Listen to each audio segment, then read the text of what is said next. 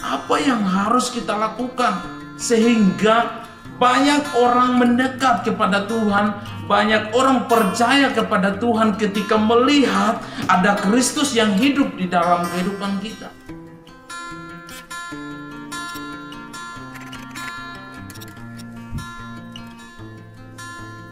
Shalom, puji nama Tuhan. Kita sangat bersyukur kepada Tuhan atas rahmat-Nya dalam sepanjang hidup kita. Kita boleh menikmati di sepanjang hari, bahkan di sepanjang tahun kita melewati semuanya karena campur tangan Tuhan. Kita percaya bahwa Tuhan Yesus selalu menyertai, selalu menolong setiap kehidupan kita. Tidak ada yang kita banggakan di dalam kehidupan kita selain kita berterima kasih kepada Tuhan Yesus. Untuk itu pada hari ini kita akan sama-sama belajar kebenaran firman Tuhan, di mana kebaikan Tuhan, di mana kita merasakan bagaimana kita mempraktekkan hidup kita kepada orang lain, bagaimana kita mempraktekkan kualitas Tuhan di sepanjang hidup kita, sehingga orang-orang yang ada di sekitar kita boleh merasakan bahwa ada Kristus yang hidup di dalam kehidupan kita. Untuk itu pada hari ini kita akan sama-sama belajar kebenaran firman Tuhan di dalam Yohanes 14 ayatnya yang ke-20. Di situ dikatakan bahwa pada waktu itulah kamu akan tahu bahwa aku di dalam Bapa-Ku dan kamu di dalam aku dan aku di dalam kamu. Puji Tuhan, saya ngambil tema di sini, saya katakan bahwa saya ngambil di ayat yang terakhir. Di situ dikatakan bahwa menghidupkan karakter Tuhan. Di ayatnya yang ke-21 di situ dikatakan bahwa barang siapa memegang perintahku dan melakukannya, dialah yang mengasihi aku, dan barang siapa mengasihi aku, ia akan dikasihi oleh Bapa-Ku, dan aku pun akan mengasihi dia dan akan menyatakan diriku kepadanya. Makanya saya beri tema di situ, katakan menghidupkan karakter Tuhan. Bagaimana caranya ketika kita mau memperagakan kualitas Tuhan? Bagaimana caranya ketika kita mau praktekkan hidup Tuhan di sepanjang kehidupan kita? Ketika ada orang mengajak engkau berjalan 1 mil, ajaklah dia berjalan 2 mil. Ketika ada orang yang berbuat baik, tapi engkau harus melebihi orang itu untuk berbuat baik. Ketika ada orang yang merendahkan engkau, engkau lebih merendahkan diri di hadapan Tuhan, sehingga Tuhan akan mengangkat engkau. Jangan menganggap diri kita itu paling pandai di hadapan Tuhan. Jangan menganggap diri kita itu paling bisa di hadapan Tuhan. Tapi yang penting sekali di dalam kehidupan kita, bagaimana caranya supaya kita menghidupkan karakter Tuhan itu. Bagaimana caranya supaya kita menghidup kualitas Tuhan dalam kehidupan kita. Apa yang harus kita lakukan sehingga banyak orang mendekat kepada Tuhan, banyak orang percaya kepada Tuhan ketika melihat ada Kristus yang hidup di dalam kehidupan kita. Makanya Tuhan katakan, barang siapa mengasihi aku akan mengasihi aku. Itu artinya bagaimana caranya kita mengasihi Tuhan, Tuhan juga akan mengasihi kita. Tapi Tuhan katakan, kasihi dululah sesamamu yang kelihatan, barulah engkau kasihi aku. Sedangkan kalau yang tidak kelihatan engkau tidak kasihi, bagaimana yang tidak kelihatan? Itulah sebabnya Tuhan katakan, kasihilah musuhmu seperti engkau mengasihi dirimu sendiri. Puji nama Tuhan. Sangatlah berarti bagi orang percaya. Dari situ Anda bisa menjadi saluran berkat ketika Anda mempraktekkan kualitas Tuhan. Di situ Anda menjadi terang, di situ Anda menjadi garam. Di saat dunia dilanda oleh COVID-19, di situ Anda menempatkan posisi Anda sebagai saluran berkat.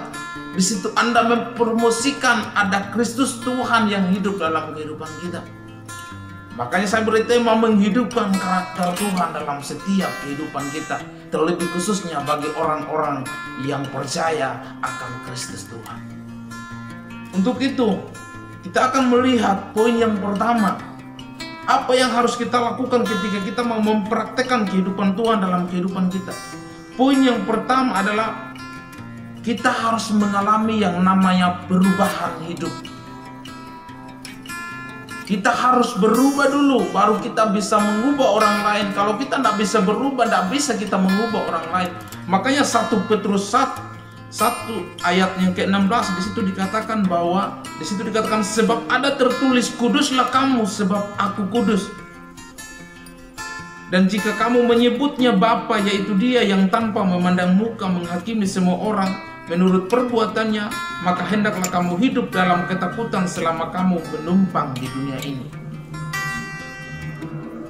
Kita harus kudus dulu di hadapan Tuhan. Kita harus mengalami perubahan dulu di hadapan Tuhan.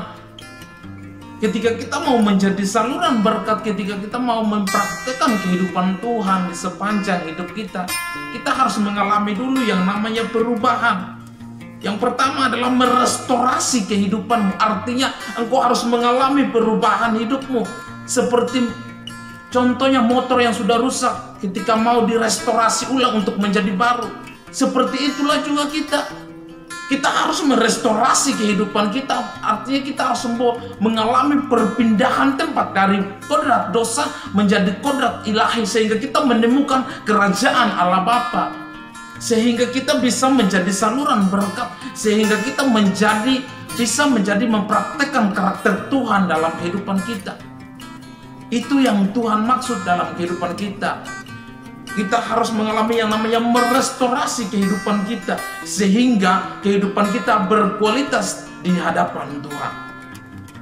Dan yang kedua, kita harus mengalami yang namanya transformasi, perpindahan tempat yang saya katakan tadi. Kalau kita tidak mengalami yang namanya perpindahan tempat, kita tidak akan ketemu yang namanya kemuliaan Bapa.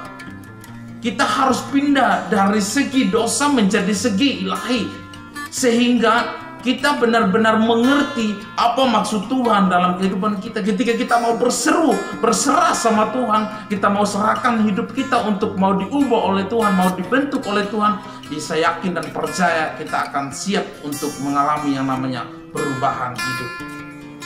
Poin yang kedua yang kita harus lakukan ketika kita mau praktekkan kehidupan Tuhan. Poin yang kedua, kesediaan untuk melepaskan. Artinya kita harus bersedia untuk melepaskan, baik itu dosa kita, beban kita, permasalahan kita. Kita harus bersedia untuk melepas, untuk meninggalkan itu semua. Ketika kita menghadapkan arah kita, pandangan kita ke depan untuk mau setia melayani Tuhan, kita harus meninggalkan apa yang ada dalam kehidupan kita.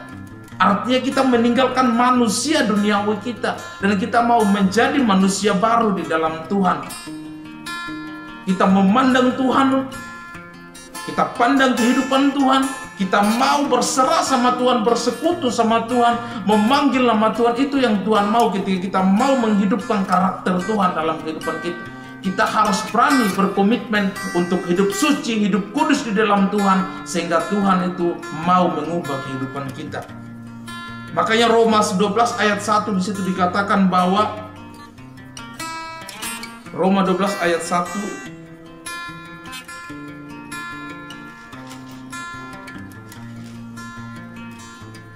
sekarang tentang karunia-karunia roh, aku mau saudara-saudara supaya kamu mengetahui kebenaran. Salah, Roma 12 ayat 1.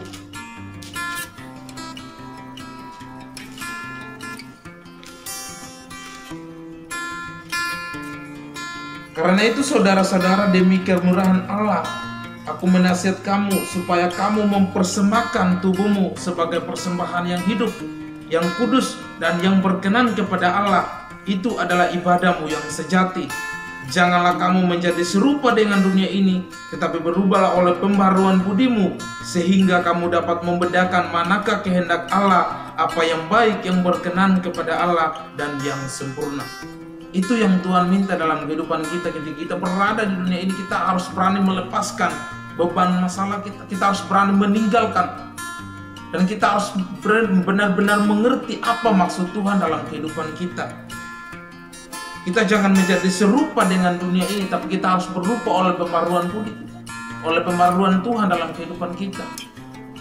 Jangan kita terlena oleh dunia ini, tapi mari kita menghidupkan karakter Tuhan dalam kehidupan kita, sehingga kita tidak termudah goyah oleh dunia ini.